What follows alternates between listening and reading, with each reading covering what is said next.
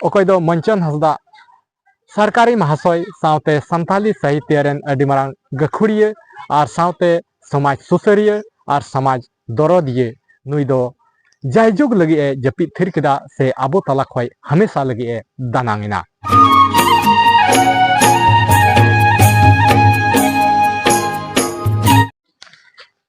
जोहार सनाम कोगिन सगुन अतंदरा पियानो अंतर असिरे और जाल कागे सर सेटेरना आपे को तलारे तिहिना नोआ नवाना वीडियो रे तबे खान दिसम रेन सनाम नेल बहा कोगी तिहिन अडी दुख सेले इन बड़ाई से बना जहां दो अडी दुख रिया घटना घटाव कना ओका दो देवघर जिला रेना सरवा थाना क्षेत्र अंतर्गत रे ओका दो मिटन सरकारी महाशय और संथाली साहित्य अरिचली रेन अडी मारांग गखुड़िया और सावते समाज सुसरिया होय ताहे कना जहां दो मंचन हंसदा नुई होलानो आठवार हिले मोटामोटी 3 खन 4 बजे आसपास रे उनी दो सड़क हादसा मेन किया से सड़क रे एक्सीडेंट ते उनी बोंगा तलायना। नुआ खबर आंजम कते पूरे समाज रेन होड़ अडी आठ दुख को बुझेव किदा और जतो होड़ मेदा जरोयन तकवा। तबे खान नुआ घटना बारेते आपे सनाम दिसम होड़ को अडी विस्तार ते एतहब खय नुआ घटना चेद लेका घटावना ओना बारेते एतहब खय आपे लय पेया। तबे खान दिसम रेन सनाम नेल बहा कोटे नेहर मेना जे नुआ वीडियो एहब खय मुचाद हबि नेल ताबन पे तबे खान नुआ घटना बारेते ओड़े ओड़पा बुझेव दाड़ेया। तबे खान देलाबन ओना घटना बारेते ओड़े ओड़पा देला लयबन गी जहां दो अकोय मंचन हंसदा नुई दो गोड्डा जिला रेनी पत्थरगावा प्रखंड क्षेत्र अंतर्गत रेन ओका दो कमर्सी आतो रेन कनाय नुई मंचन हंसदा और नुई दो मैथानी स्कूल रेन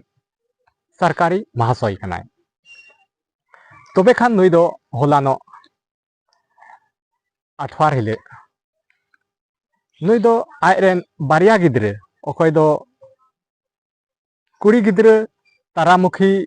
हंसदा और कोड़ा गिद्रे प्रतिमा हंसदा नुकिन दो मधुपुर स्कूल किन पढ़ा कान तहना आदो ओना मधुपुर स्कूल गी होलानो आठवार हिले नुई दो स्कूल ते इदी अटो काकिन कान तहे कना। आदो इदी अटो जोखन गी नुई दो ओना ऑक्ते रे ओका दो देवघर जिला रेना सरवा थाना क्षेत्र अंतर्गत रे उनी दो ओंडे सड़क रे नुकु दो नोते खन को चला कान थेना और ओंते खन हो मोटरसाइकिल हजू कान थेना और बनार मोटरसाइकिल आमने सामने रिया टक्कर हुईना और नुआ आमने सामने रिया टक्कर हुईनते ओंडे अडी मारांग घटना घटावना उनको तलारे और ओंडे उनी मंचन हंसदा दो अडी आठ पूरे घायल ना और घायलन खान उनी दो इन आडो पासरेन होड़ होतेते उनी मंचन हंसदा दो देवघर रेना CSC अस्पताल रे प्राथमिक इलाज लगी को इदी किदिया। तबे ओंडे को जांच बड़ा कते उनको दो रांची रिम्स लगी को रेफर किदिया। तबे खान उनी मंचन हंसदा दो ओना रांची रिम्स रे इदी तुलुज उनी दो हर रेगी उनी आया जीवी दोय मुचाद केतेया से हर रेगी उनी दोय बोंगा तलायना और सावते उका दो आयरेन गिद्रे बारिया कोय दो कुड़ी गिद्रे तारामुखी और सावते कोड़ा गिद्रे प्रतिमा नुकिन दो हो घायल अवस्था रे मेना किना और नुकिना इलाज चला कना।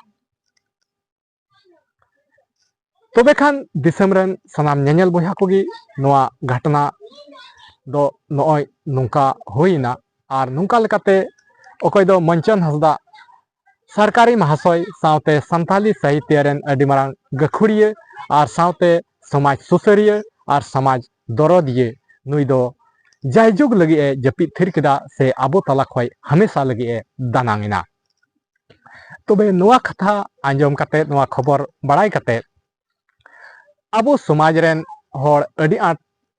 दुख को बुझेव किदा चेदा जे नुई मंचन हंसदा अडी मारांग समाज रेन गखुड़िया समाज लहा से लहाई लगी अड़ी आट कुरुमुटु छुटेव रे तहन कान तहेया साव सावते संथाली कार्यक्रम रे जहाना गे लटू उनकाना प्रोग्राम संथाली कार्यक्रम हुआ ओंडे ओना मंच रे चला दो नासी हो बाय तायमो कान तहेना आर उनका लकाते समाज सुसर लगी से समाज रे बुद्धि विचार एमो लगी से समाज लहा से बढ़ाव लगी अड़ी उतर उनी योगदान ने ताहे कान तया तो नोआ कथा इयते उना खातिर ते तिहिं